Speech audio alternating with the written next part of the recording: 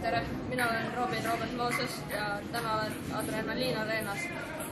Siin on selline natukene superkrossi rada ja samasugune nagu eelmine aasta, aga pinnas on veits libedam ja rohkem raskem on see aasta rada.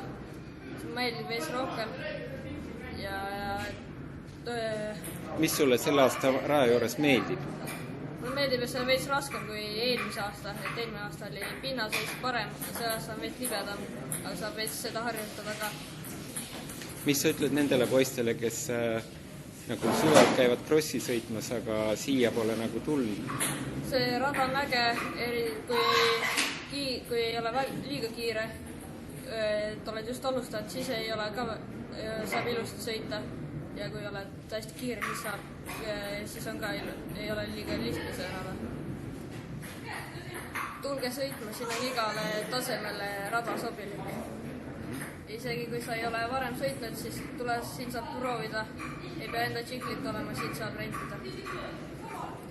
Ja kui tahad rohkem krossi õppida sõitma, siis tuleb treeni Eesti Motospordi Akadeemiasse. Siis siia, eks ju? Jah. Okei.